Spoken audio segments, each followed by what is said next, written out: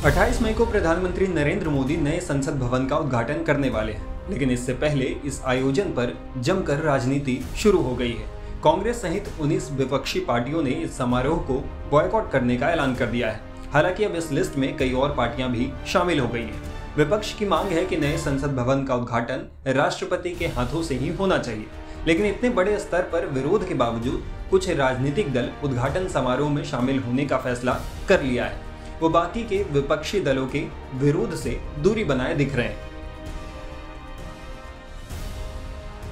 बीजू जनता दल यानी बीजेडी और वाईएसआरसीपी ने उद्घाटन समारोह में शामिल होने का ऐलान कर दिया है। बीजेडी के प्रवक्ता लेनिन मोहंती ने एक चिट्ठी जारी कर अपनी पार्टी के सांसदों के उद्घाटन समारोह में शामिल होने की बात बताई है। बीजेडी पार्टी ने बयान जारी कर कहा कि हम मानते हैं कि संसद लोकतंत्र की निशानी है, ये राजनीति से ऊपर है और इसके अधिकार और कद की हमेशा रक्षा की जानी चाहिए।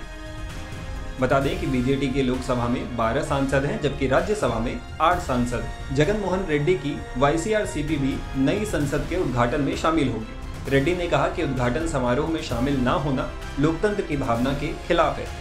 इन दो पार्टियों के अलावा पंजाब की राजनीतिक पार्टी शिरोमणि अकाली दल और तेलुगु देशम पार्टी ने भी इनॉग्रेशन में शामिल होने का ऐलान कर दिया है। इसके अलावा शिवसेना का शिंदे गुट, बहुजन समाज पार्टी और एआईएडीएमके के भी संसद भवन के उद्घाटन समारोह में शामिल होने की बात कही जा रही है।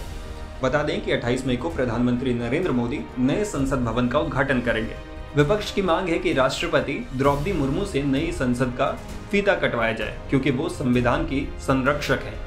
लेकिन मोदी सरकार अपने फैसले पर कायम है। 24 मई को 19 विपक्षी पार्टियों ने एक चिट्ठी जारी कर संसद के उद्घाटन का बहिष्कार करने का ऐलान कर दिया। हालांकि बाद में कई और पार्टियां भी इसमें शामिल हो गई। इन दलों में कांग्रेस, डीएमके, आप, शिवसेना का उद्धव ठाकरे गुट, Samajwadi Party, Bhajpa, Jhamumo, Kerala Congress Mani, Viduthalai Chiruthaigal Katchi, Ralod, TMC, Jadyu, NCP, CPIM, RJD, Indian Union Muslim League, National Conference, Revolutionary Socialist Party और एमडीएमके शामिल हैं। अब इस लिस्ट में बदरुद्दीन अजमल की पार्टी एआईयूडीएफ भी शामिल हो गई है। एआईएमआईएम पार्टी के असदुद्दीन ओवैसी ने भी कहा कि अगर लोकसभा स्पीकर संसद का उद्घाटन नहीं कर रहे हैं तो वो समारोह में शामिल नहीं होंगे। हालांकि कुछ पार्टियों ने संसद के उद्घाटन में शामिल होने पर अब तक आखिरी फैसला नहीं लिया है। Times now the Bharat digital की रिपोर्ट।